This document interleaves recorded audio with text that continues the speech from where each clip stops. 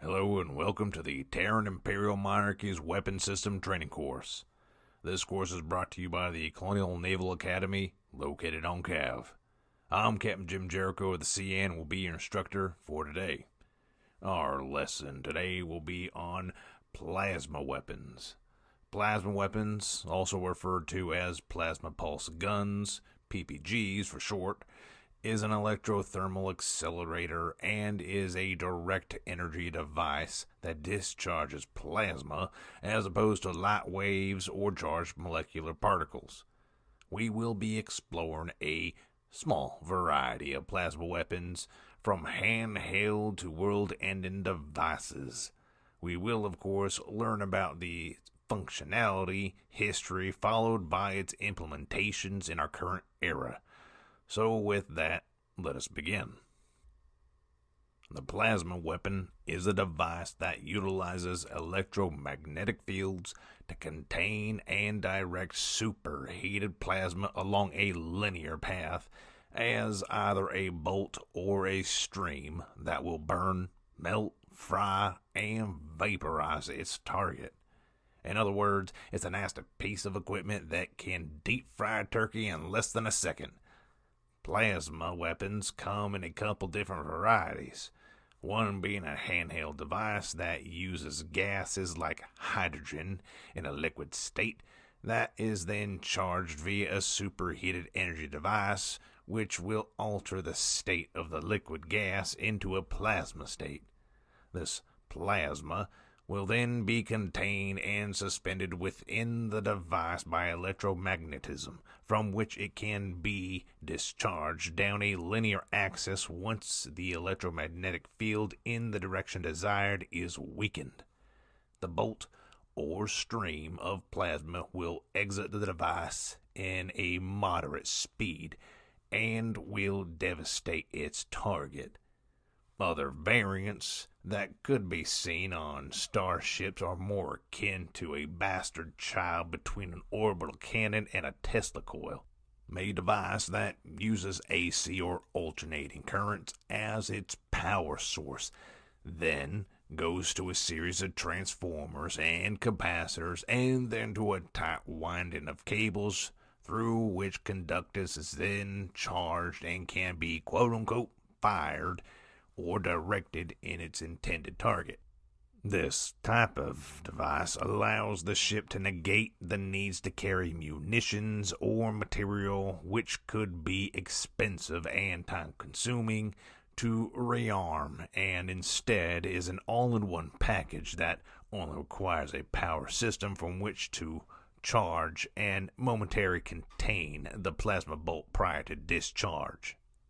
Now, instead of the typical history lesson of Terran ingenuity into the gradual research and eventual development into the plasma weapon, I can say that even though there were some attempts to create such devices prior to and immediately after the 1969 invasion, all research into such weapons were halted and abandoned once Terrans learned of what this type of device is capable of and what or who tends to use it. The history into the plasma weapon platform is an ancient one, as its roots go very, very far into our galaxy past. The weapon type has been around for so long that no one remembers who developed it first, as it was, as all current civilizations know or utilize it, have never created their own version prior to it being introduced via an outside source, that being either by another species or deep in the GNet nodes. Many brave souls through the galaxy and time have either vanished in the ruins of lost civilizations or have suffered the terrible fate of being soul hacked by malicious entities in the digital sphere in the hopes of being the first to uncover the origins and possibly new designs of this direct energy weapon type. However, despite the attempts, no one known has uncovered this important piece of galactic history. Despite the lack of solid leads to its origins, it is speculated by historians, weaponsmiths, and certain faith-based organizations that the precursors, the widely unknown and mysterious race that once held dominion over what many presume to be the galaxy in its total, were the originators of this devastating piece of tech. It is a reasonable assumption, as there are many similarities between the same tech found in the ruins of those dead civilizations that used this weapon on themselves some few thousand years in the past, and those still used by our hated foes, the Jaren. The only difference in some of the metals used in the less important parts, but besides that, they are nearly a carbon copy. And we know that the Jaren are not the originators of this tech through means that are rather classified, but just know and sleep well that those interrogated did die a very painful death, a very slow and painful death in the process of gathering this information. Now, despite the Imperial monarchies possessing all the needed intel to replicate and potentially add some improvements to this tech, it is instead banned from production. The reason for this ban on something that could be better used in our hands is due to the dangers the weapon possesses to its wielder and the means from which this weapon is used for. Plasma weapons, specifically labeled plasma pulse guns, PPGs, were banned due in part to them being recognized as a terror weapon by many, if not all, members of the Star Alliance. The hated Jaren used this tech almost exclusively in their hit-and-runs attacks, and the devastation of the plasma bolt can do to a population is said to be beyond irrehensible, as those that survive such an attack are left scarred or damaged beyond recognition, as the plasma will burn, melt, and conflagrate its victims caught in its quote-unquote splash zone. It can be an indiscriminate weapon, and as such has been labeled, and rightly so, a terror weapon. Now, it's not to say Terrans don't know how to operate such weapon, as there are means to simulate the use of this tech in a safe environment, i.e. in the digital sphere, but it is a weapon not employed in the arsenal within the monarchy's borders. Besides, the rail and laser cannon used by the Terrans are far more accurate, quicker to reload and or charge, and have less tendency to explode in one's hands if the magnetic field of said weapon fails. And yeah, the plasma pistol or rifle can explode in the wielder's possession if damaged, killing the one holding it and potentially those close by. So, there you go. With the origins of this weapon type being largely unknown, what is known is that it is a very hazardous to operate weapon and largely seen as a weapon of terror employed by those evil enough to use them. The plasma pistol type typically can be held in one hand and is capable of devastating results, more so than the other energy weapon types on the market, but due to its smaller size does mean that it produces fewer shots than contemporary weapons. Depending on the settings of the pistol, the number of shots can range from one to a handful more, either a single large long stream of plasma or a smaller but no less deadly set of bolts. The drawback of the pistol, besides the number of shots and the potentiality of exploding if hit, is the dangers of overheating due to continuous use and not allowing the device to cool down properly. The pistol, if overheated, could either melt in the hand of the one holding it or go off like a frag grenade, which is not a bad idea if presented with one in the field. Just overcharge the damn thing and throw it at your foe just prior to it overheating due to its overcharging. The rifle type is basically the bigger brother of the pistol type. It does typically hold more shots before requiring the need to reload or quote-unquote recharge, but does possess all the same issues as its little brother.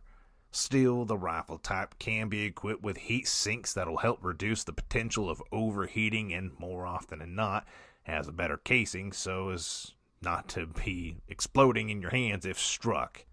Not to mention the many other fun doodads that can be added to the rifle, overall making it something to fear if on the receiving end at moderate range. Nevertheless, the most feared versions of this terror weapon comes in the form of cannons.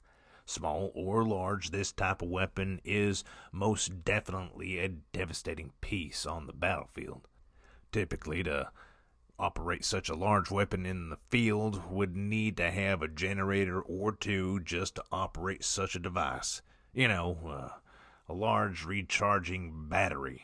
The smaller of the cannon variants can be found on smaller crafts, like starfighters and bombers, while the granddaddies of them all are fitted on much larger ships, like capitals or things of the like, that would orbit the planets. Imagine, if you would, a small fleet of frigate-sized ships floating above in a heavenly bodies in a nice little tight formation. Then imagine that said ships were sending large glowing balls of superheated and charged plasma to said planet side. Now, think, just for a single solitary moment, on the kind of devastation such a fleet could do to those helplessly watching the eradication of their species and or civilization, completely unable to fight back and just waiting for their end. With something of that size and basically caliber, the plasma weapon can, if there are enough of them, glass an entire landmass, boil and pollute oceans, and eradicate all, if not nearly all, life on a planet. Its most effective trait in the long run is being used as artillery, since it does have that splash-like effect in the most immediate area of its impact. So, very, very nasty. It really is a frightening weapon, a weapon our enemies are all too eager to use upon us if ever given a chance. But, thankfully, it does have at least one other drawback, at least on the larger caliber size, that is its recharge time is typically slow, very slow. Gets a good shot off and it's going to take about a minute or so before it can charge up another plasma bolt to fire off, in which case you could already have leashed a torrent of torpedoes, railguns, lasers, and all sorts of other fun devices at said ship, knocking her right on out. So she ain't all that great using in a dogfight or anything of that ship to ship.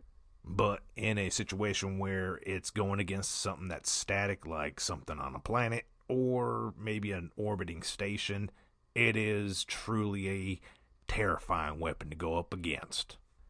So there you have it, the plasma weapon. A device of ancient origins whose history has been lost to the annals of history. A weapon that has destroyed many civilizations and is rightfully seen as a tool of terror by many of those who have learned from the follies of others. Perhaps one day the Imperial Monarchy will employ the use of such a device, should the need be great enough to accept the risks, or if they figure out how to work out the bugs of said device, making it safer. Who knows? But just for now, it has to be remained as a banned weapon of terror. For further information on energy weapons and or plasma weapons, you can find it at Terra_Wikipedia on the GNet. That's all we have for you for today. Thank you for your time, and you are dismissed.